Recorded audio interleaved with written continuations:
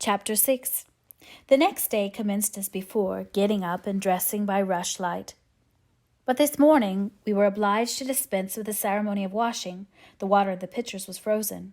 A change had taken place in the weather the preceding evening, and a keen northeast wind whistling through the crevices of our bedroom windows all night long had made us shiver in our beds and turned the contents of the ewers to ice. Before the long hour and a half of prayers and Bible reading was over, I felt ready to perish with cold. Breakfast time came at last, and this morning the porridge was not burnt, the quality was as stable, the quantity small. How small my portion seemed! I wished it had been doubled. In the course of the day I was enrolled, a member of the 4th class, and regular tasks and occupation were assigned to me. Hitherto, I had only been a spectator of the proceedings at Lowood. I was now to become an actor therein. At first, being little accustomed to learn by heart, the lessons appeared to me both long and difficult. The frequent change from task to task, too, bewildered me, and I was glad when about 3 o'clock in the afternoon Miss Smith put into my hands a border of muslin 2 yards long, together with needle and thimble, and etc., and sent me to sit in a quiet corner of the schoolroom with directions to hem the same. At that hour most of the others were sewing likewise, but one class still stood round Miss Scatchard's reading chair, and, as all was quiet, the subject of their lessons could be heard, together with the manner in which each girl acquitted herself, and the animadversions or commendations of Miss Scatchard on the performance. It was English history. Among the readers I observed my acquaintance of the veranda. At the commencement of the lesson, her place had been at the top of the class, but for some error of pronunciation or some inattention to stops, she was suddenly sent to the very bottom. Even in that obscure position, Miss Scatchard continued to make her an object of constant notice. She was continually addressing to her such phrases as the following: Burns. Such, it seems, was her name. The girls here were all called by their surnames, as boys are elsewhere. Burns, you are standing on the side of your shoe. Turn your shoes out immediately. Burns, you poke your chin most unpleasantly. Draw it in. Burns, I insist on your holding your head up. I will not have you before me in that attitude, and etc., etc. A chapter having been read through twice, the books were closed and the girls examined. The lesson had comprised part of the reign of Charles I, and there were sundry questions about tonnage and poundage and ship money, which most of them appeared unable to answer. Still, every little difficulty was solved instantly when it reached Burns. Her memory seemed to have retained the substance of the whole lesson, and she was ready with answers on every point. I kept expecting that Miss Scatchard would praise her attention, but instead of that, she suddenly cried out, You dirty, disagreeable girl! You have never cleaned your nails this morning. Burns made no answer. I wondered at her silence. Why, thought I, does she not explain that she could neither clean her nails nor wash her face, as the water was frozen? My attention was now called off by Miss Smith, desiring me to hold a skein of thread. While she was winding it, she talked to me from time to time, asking whether I had ever been at school before, whether I could mark, stitch, knit, and etc., till she dismissed me. I could not pursue my observations on Miss Scatchard's movements. When I returned to my seat, that lady was just delivering an order of which I did not catch the import, but Burns immediately left the class, and going into the small inner room, where the books were kept, returned in half a minute, carrying in her hand a bundle of twigs tied together at one end. This ominous tool she presented to Miss Scatchard with a respectful curtsy. Then she quietly, and without being told, unloosened her pinafore, and the teacher instantly and sharply inflicted on her neck a dozen strokes with the bunch of twigs. Not a tear rose to Burns's eye, and while I paused from my sewing, because my fingers quivered at this spectacle with a sentiment of unavailing and impotent anger, not a feature of her pensive face altered its ordinary expression. Hardened girl, exclaimed Miss Scatchard, nothing can correct you of your slatternly habits. Carry the rod away. Burns obeyed. I looked at her narrowly as she emerged from the book-closet. She was just putting back her handkerchief into her pocket, and the trace of a tear glistened on her thin cheek. The play hour in the evening I thought the pleasant fraction of the day at Lowood. The bit of bread, the draught of coffee was swallowed at 5 o'clock, had revived vitality, if it had not satisfied hunger. The long restraint of the day was slackened. The schoolroom felt warmer than in the morning, its fires being allowed to burn a little more brightly, to supply in some measure the place of candles not yet introduced. The ruddy gloaming, the licensed uproar, the confusion of many voices gave one a welcome sense of liberty. On the evening of the day on which I had seen Miss Scatchard flog her pupil, Burns, I wandered as usual among the forms of tables and laughing groups without a companion, yet not feeling lonely. When I passed the windows, I now and then lifted a blind and looked out. It snowed fast. A drift was already forming against the lower panes. Putting my ear close to the window, I could distinguish from the gleeful tumult within the disconsolate moan of the wind outside. Probably, if I had lately left a good home and kind parents, this would have been the hour when I should most keenly have regretted the separation. That wind would have been saddening my heart. This obscure chaos would have disturbed my peace. As it was, I derived from both a strange excitement, and reckless and feverish, I wished the wind to howl more wildly, the gloom to deepen to darkness, and the confusion to rise to clamor. Jumping over forms and creeping under tables, I made my way to one of the fireplaces. There, kneeling by the high wire fender, I found Burns, absorbed, silent, abstracted from all around her by the companionship of a book, which she read by the dim glare of the embers. "Is it still Roselia's?" I asked, coming behind her. "Yes," she said, "and I have just finished it." And in 5 minutes more she shut it up. I was glad of this. Now, thought I can perhaps get her to talk. I sat down by her on the floor. "What is your name besides Burns?" "Helen." "Do you come a long way from here?" "I come from a place farther north, quite on the borders of Scotland." "Will you ever go back?" "I hope so, but nobody can be sure of the future." "You must wish to leave Lowood." "No. Why should I? I was sent to Lowood to get an education, and it would be of no use going away until I have attained that object." "But that teacher, Miss Scatchard, is so cruel to you." "Cruel? Not at all. She is severe. She dislikes my faults." "And if I were in your place, I should dislike her. I should resist her. If she struck me with that rod, I should get it from her hand. I should break it under her nose." "Probably you would do nothing of the sort. But if you did, Mr. Brocklehurst would expel you from the school. That would be a great grief to your relations. It is far better to endure patiently a smart which nobody feels but yourself, than to commit a hasty action whose evil consequences will extend to all connected with you. And besides, the Bible bids us return good for evil." "But then it seems disgraceful to be flogged, and to be sent to stand in the middle of a room full of people. And you are such a great girl."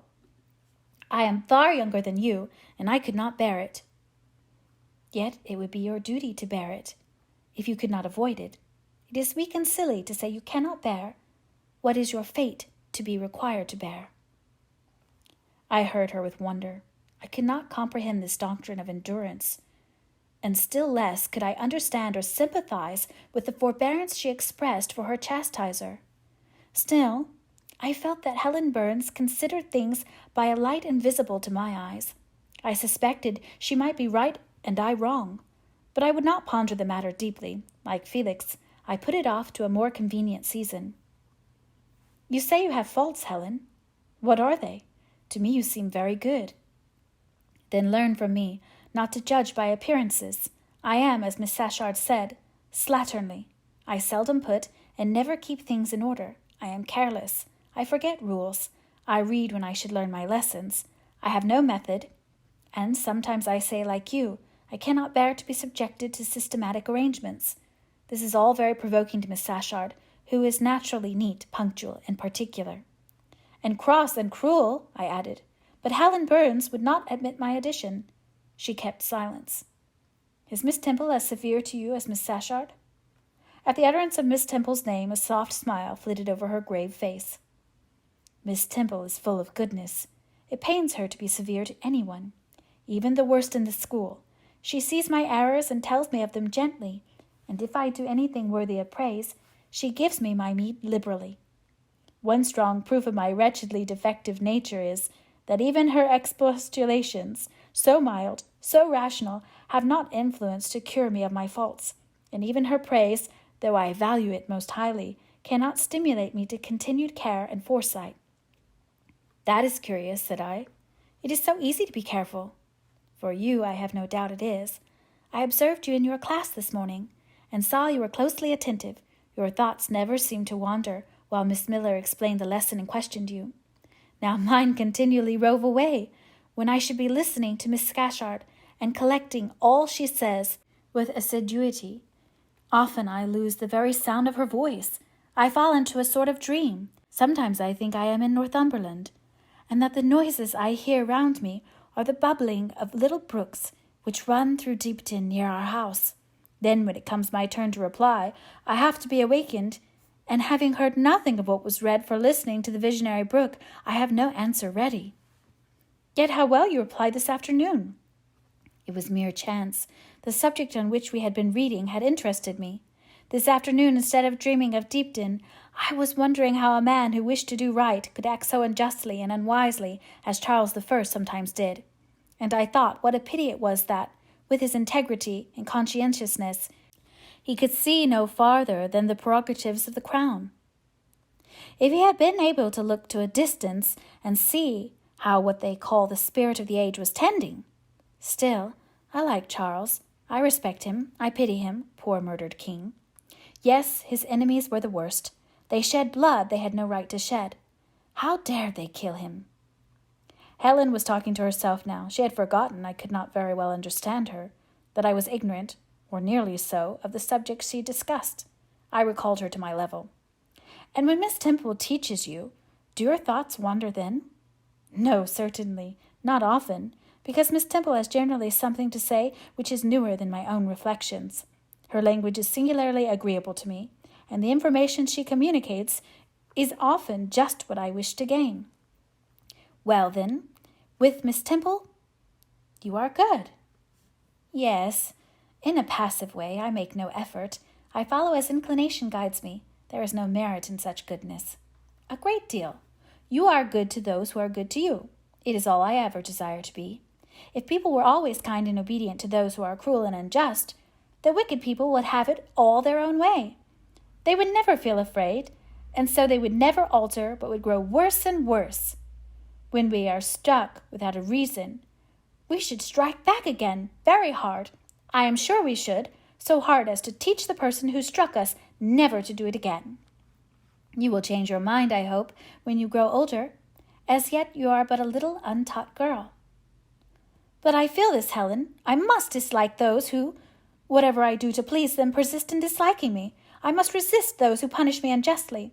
It is as natural as that I should love those who show me affection, or submit to punishment when I feel it is deserved. Heathens and savage tribes hold that doctrine, but Christians and civilized nations disown it. How? I don't understand. It is not violence that best overcomes hate, nor vengeance that most certainly heals injury. What then? Read the New Testament and observe what Christ says and how he acts. Make his word your rule and his conduct your example. What does he say? Love your enemies. Bless them that curse you. Do good to them that hate you and despitefully use you. Then I should love Mrs. Reed, which I cannot do. I should bless her son John, which is impossible. In her turn, Helen Burns asked me to explain, and I proceeded forthwith to pour out, in my own way, the tale of my sufferings and resentments. Bitter and truculent when excited, I spoke as I felt, without reserve or softening. Helen heard me patiently to the end. I expected she would then make a remark, but she said nothing. Well, I asked impatiently, is not Mrs. Reed a hard-hearted, bad woman? She has been unkind to you, no doubt, because you see she dislikes your cast of character, as Miss Scatchard does mine. But how minutely you remember all she has done and said to you. What a singularly deep impression her injustice seems to have made on your heart. No ill usage so brands its record on my feelings. Would you not be happier if you tried to forget her severity, together with the passionate emotions it excited? Life appears to me too short to be spent in nursing animosity or registering wrongs. We are and must be, one and all, burdened with faults in this world. But the time will soon come when, I trust, we shall put them off, and putting off our corruptible bodies, when debasement and sin will fall from us with this cumbrous frame of flesh, and only the spark of the spirit will remain.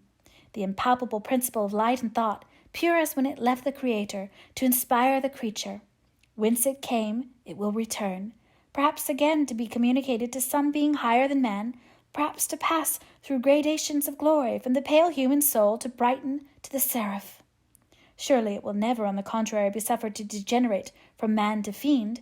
No, I cannot believe that. I hold another creed, which no one ever taught me, and which I seldom mention, but in which I delight, and to which I cling, for it extends hope to all. It makes eternity a rest, a mighty home, not a terror and an abyss. Besides, with this creed, I can so clearly distinguish between the criminal and his crime. I can so sincerely forgive the first, while I abhor the last.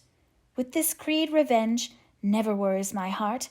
Degradation never too deeply disgusts me. Injustice never crushes me too low. I live in calm, looking to the end. Helen's head, always drooping, sank a little lower as she finished this sentence. I saw by her look she wished no longer to talk to me, but rather to converse with her own thoughts. She was not allowed much time for meditation. A monitor, a great rough girl, presently came up, exclaiming in strong Cumberland accent, "Helen Burns, if you don't go and put your drawer in order and fold up your work this minute, I'll tell Miss Shashard to come and look at it." Helen sighed as her reverie fled, and getting up, obeyed the monitor without reply, as without delay.